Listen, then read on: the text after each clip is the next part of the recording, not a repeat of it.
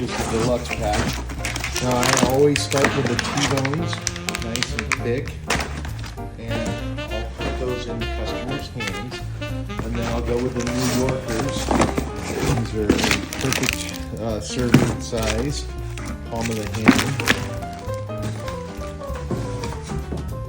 And then you'll have your Rancher's Fillets, beautiful, which is a top sirloin. You're going to need a steak knife for that.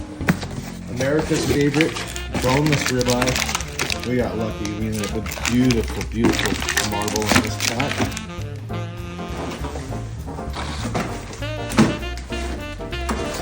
T-bones, ribeyes, New Yorks, Rancher's Fillets, and then you're going to have your Piedmontese Burgers, and we can source that back to one animal. That's the nice thing about these.